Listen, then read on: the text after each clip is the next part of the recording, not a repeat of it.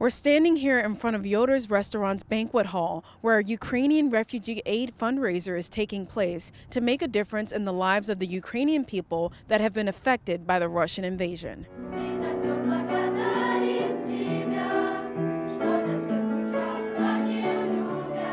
A good friend of mine, a good Ukrainian friend of mine, texted me about a week and a half ago or so and said, "Hey, are you interested in donating to this cause?"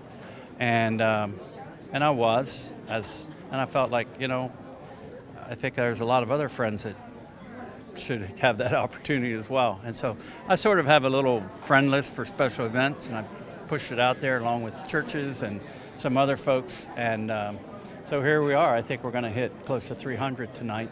And along the way, I contacted John Yoder from Yoder's Restaurant here, and he's allowing us to use the facility. And Kervin Hurst from Oregon Dairy gave us the Ukrainian bread.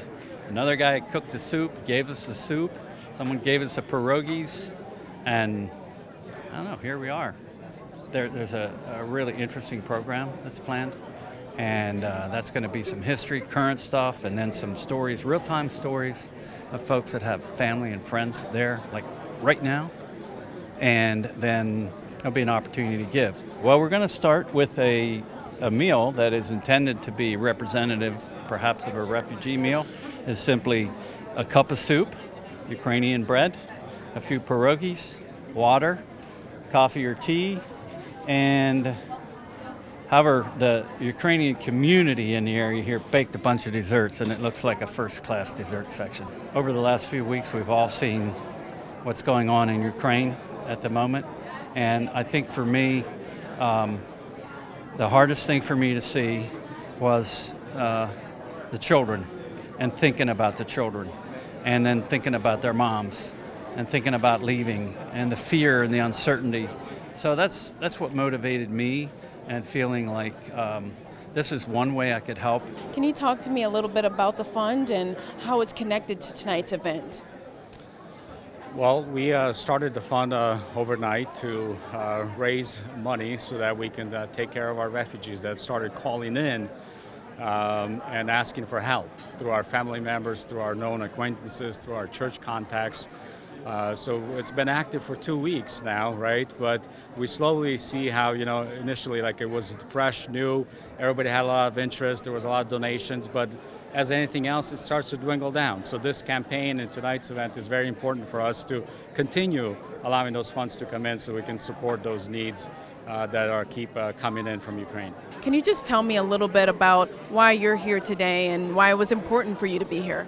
I was watching the news and I saw that they had bombed the orphanage, the babies to 4-year-olds, and that hurt my heart so much. There's so many people who want children, and here they bombed that place up.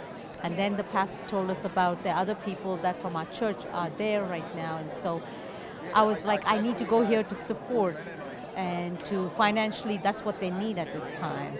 And also the good food does not hurt.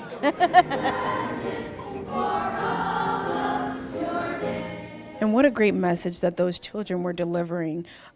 Talk to me a little bit about how hard it may be to have that sort of perspective during these tough times.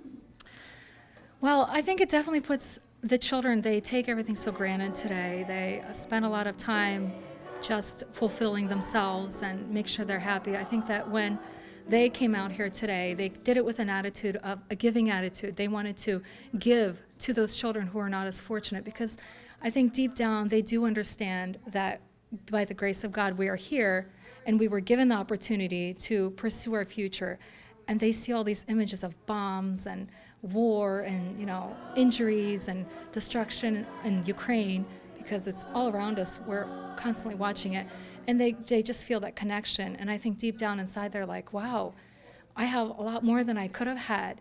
So today they were more than happy to give. They were more than happy to kind of do their part in helping children over there.